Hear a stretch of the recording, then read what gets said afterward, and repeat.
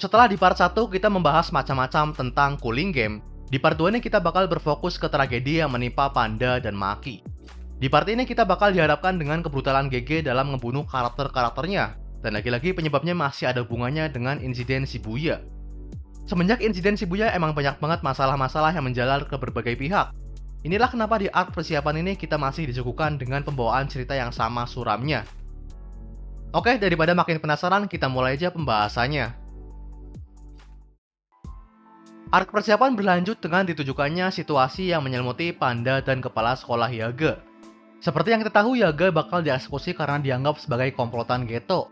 Tapi ternyata nggak cuma itu aja. Alasan utamanya adalah karena teknik Yaga yang kini telah dicap berbahaya. Teknik yang dipakai Yaga buat membuat Panda adalah teknik yang sangat jarang diketahui. Karena biasanya, mayat kutukan itu cuma bisa bergerak independen kalau diberi pasokan energi kutukan dari penyihir lain. Sementara Panda bisa menciptakan energi kutukannya sendiri. Ini artinya, Yaga bisa aja menciptakan bala tentara penyihir Jujutsu dari mayat kutukannya. Nah, karena potensi berbahaya inilah Yaga kini dikategorikan sebagai penyihir tingkat spesial dan di saat yang sama masuk ke daftar eksekusi. Para petinggi pun sempat menyuruh Yaga buat memberitahu cara membuat mayat kutukannya, tapi Yaga menolak karena dia nggak mau metodenya disalahgunakan. Di sisi lain, Yaga pernah memakai tekniknya buat menolong adik perempuan Kusakabe. Jadi adik Kusakabe ini pernah kehilangan anaknya. Dan semenjak kejadian tersebut, dia seakan nggak punya semangat buat terus hidup. Kusakabe pun meminta Yaga buat membantunya, dan dengan memakai tekniknya, Yaga membuat mayat kutukan dengan memasukkan jiwa anak yang telah meninggal tersebut ke sebuah boneka. Nah, guna memancing Yaga, petinggi pun menculik Panda. Dan saat Yaga berniat buat menemui sang anak, dia langsung dicegat oleh eksekutor suruhan petinggi, kepala sekolah Gakukanji. Tapi Gakukanji nggak sendirian, dia datang bersama penyihir suruhan petinggi lain. Artinya, Yaga yang datang tanpa mayat kutukannya harus bertarung melawan keduanya sendirian. Sementara itu Panda dibebaskan diam-diam oleh Kusakabe. Kusakabe ingin membantu Yaga karena dia berhutang padanya. Panda pun langsung bergegas buat mencari sang ayah. Tapi sayang, Gakukanji telah mendaratkan serangan telak ke badan Yaga. Sementara Yaga sendiri cuma berhasil memotong gitar Gakukanji. Nah, ngelihat Yaga udah nggak berdaya, Gakukanji pun menyuruh penyihir yang datang bersamanya buat pergi. Dan disinilah Yaga tiba-tiba membocorkan rahasianya ke Gakukanji. Sebelum mengembuskan nafas terakhirnya, Yaga memberitahu Gakukanji metode yang dia pakai buat membuat mayat kutukan. Dan mendengarnya, Gakukanji pun kaget. Kenapa baru sekarang Yaga mau bicara? Padahal Yaga bisa aja dibiarkan hidup kalau dia mau bicara dari awal. Tapi Yaga bilang kalau rahasia itu adalah kutukan darinya buat Gakukanji. Kutukan yang dimaksud di sini adalah rasa bersalah yang bakal diemban Gakukanji kalau dia sampai membocorkan rahasia tersebut setelah Yaga mati. Karena sejauh yang kita tahu, Yaga dan Gakukanji ini nggak membenci satu sama lain. Gakukanji juga ingin Yaga hidup, tapi dia harus mengeksekusinya karena perintah petinggi. Beberapa saat setelah Yaga mengembuskan nafas terakhirnya, Panda pun datang, dan dia langsung menghampiri jasad sang ayah. Gakukanji sendiri udah bersiap buat bertarung dengan Panda, tapi Panda ternyata nggak menyerangnya.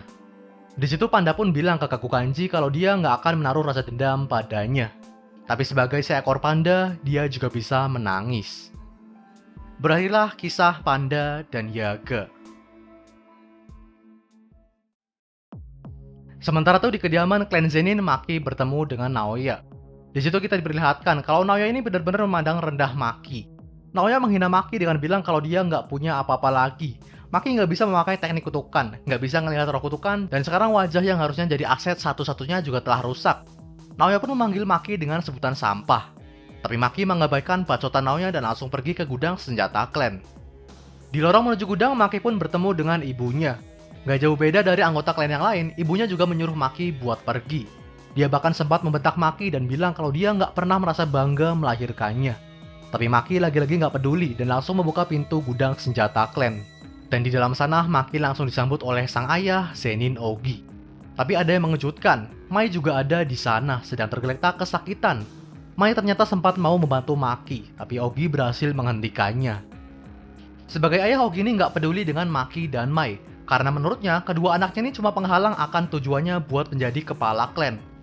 Ogi pun menggagas rencana bersama Naoya dan Jinichi buat membunuh Maki, Mai, dan Megumi yang berencana membebaskan Gojo. Dengan begitu, dia bisa mendapat kepercayaan dari petinggi Jujutsu.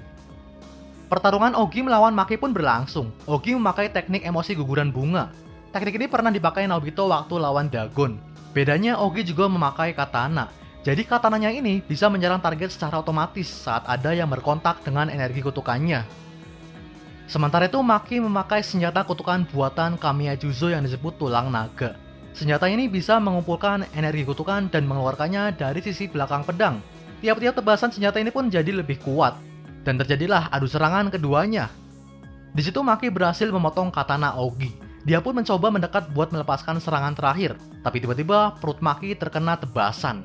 Ogi ternyata memakai teknik guguran bunga buat memanjangkan katananya yang terpotong. Dia pun berhasil mengalahkan Maki. Setelah membuat Mai dan Maki nggak berdaya, Ogi pun mengurung keduanya di sebuah ruang latihan. Di ruangan itu terdapat ratusan roh kutukan tingkat 2 ke bawah yang siap menyerang keduanya. Nah, disitulah Mai mengorbankan dirinya. Mai menciptakan sebuah senjata dari sisa-sisa energi kutukannya. Mai melakukannya karena dia juga nggak ingin terus menghambat perkembangan Maki.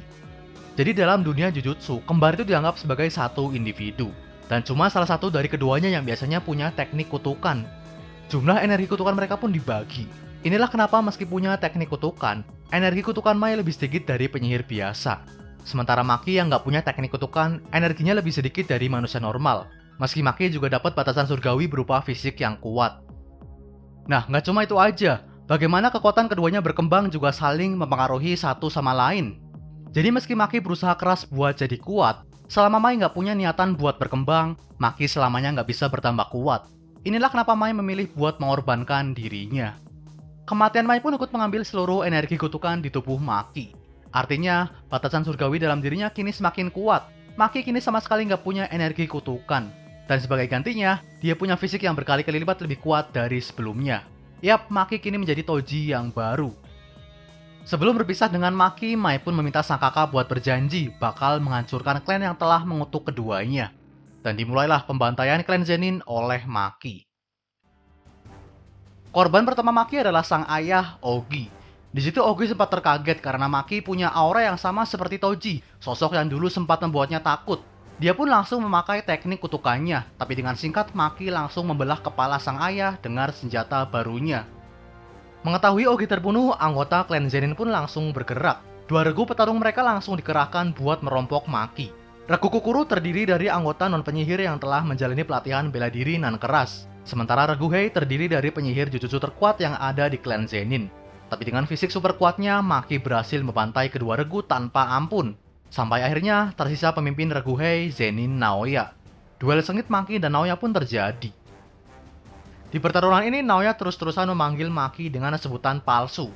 Ternyata, Naoya adalah salah satu anggota klan yang nggak membenci Toji. Dia bahkan mengagumi Toji dan bilang kalau cuma orang lemah lah yang nggak paham akan kuatnya Toji. Dan ngelihat Maki yang sering dia hina kini berubah seperti Toji, Naoya seakan nggak terima. Dengan teknik 24 FPS-nya, Naoya terus-menerus mendaratkan serangan ke Maki.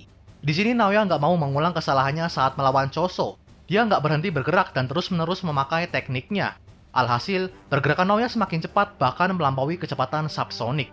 Artinya, Naoya bergerak lebih cepat dari kecepatan 112 meter per detik. Sementara Maki cuma bisa menahan serangan demi serangan sambil menghitung sesuatu. Di sini Maki juga udah terluka parah karena pertarungannya dengan Ogi. Maki pun mencoba memakai teknik sumo Shirano Higata buat menahan pergerakan Naoya. Tapi Naoya malah berhasil menyentuhnya. Sebagai pengingat, teknik Naoya juga bisa membuat target yang tersentuh terdiam selama 1 detik, kecuali kalau si target bisa bergerak mematuhi hukum 24 FPS.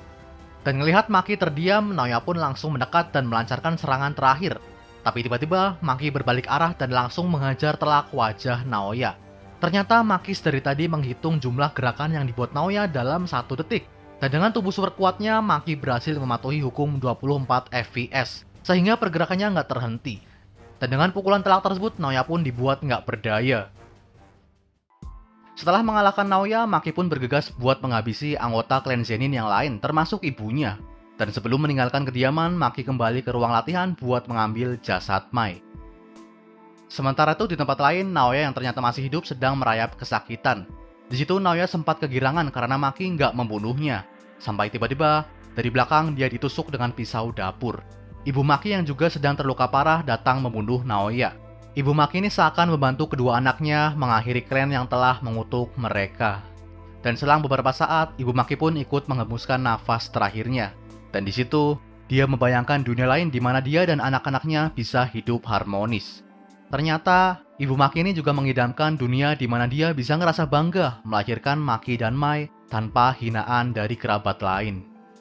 Di luar kediaman, Maki pun menyerahkan jasad Mai ke Momo, sahabat terdekat sang adik. Sementara Maki berniat melanjutkan pembantaiannya. Maki berniat memburu anggota klan Zenin yang saat itu nggak ada di kediaman. Setelah semua anggota klan Zenin terbantai, beberapa hari berikutnya, klan Kamo dan klan Gojo pun bergerak. Mereka meminta petinggi Jujutsu buat menghapus klan Zenin dari 3 klan besar. Tapi petinggi memilih buat menahan keputusan mereka. Dan berakhirlah arc persiapan Cooling Game. Nah, dengan berakhirnya arc ini, banyak banget potensi-potensi plot yang terbuka nantinya. Dengan terbunuhnya kepala sekolah Yaga, ada kemungkinan kalau para murid SMK bakal menaruh rasa dendam ke petinggi. Dan yang menarik nantinya adalah gimana respon Gojo kalau dia sampai tahu Yaga dieksekusi. Secara Yaga ini udah jadi pembimbingnya sejak masih SMK. Untuk Cooling Game sendiri, inilah kira-kira para murid yang bakal ikut. Dan mereka punya 2 misi, menyelamatkan Sumiki dan membebaskan Gojo. Nah, dengan debuff-nya Maki, dia kemungkinan bakal punya peran penting buat memuluskan langkah mereka. Misal saat Kurusu menolak jalur negosiasi, mungkin Maki bisa jadi lawan bertarung yang cocok buatnya. Soalnya kalau lawannya Maki, teknik kutukan Kurusu jadi nggak ada efeknya. Selain itu ada kemungkinan juga kalau murid-murid lain datang di tengah-tengah arc, contohnya kayak murid-murid dari Kyoto ini. Hal menarik lain adalah soal kemungkinan kembalinya Naoya. Karena Naoya ini nggak dibunuh dengan energi kutukan, sebenarnya ada potensi kalau dia bakal berubah jadi roh pendendam. Jadi apakah Naoya bakal balik dan mengincar Maki? Kita nantikan aja sama-sama. Well, apapun yang bakal terjadi, arc Cooling Game nanti ini dijamin bakal jadi arc yang brutal. Dan semoga nggak kalah serunya dari arc insiden Shibuya kemarin, yang menurut gue sendiri masih yang terbaik. Oke, segini aja video dari Reko Manga kali ini. Like dan share kalau kalian suka. Komentar kalau kalian punya pendapat, kritik, atau saran. Subscribe kalau kalian tertarik dengan konten channel ini. Akhir kata, selamat membaca. Sampai jumpa.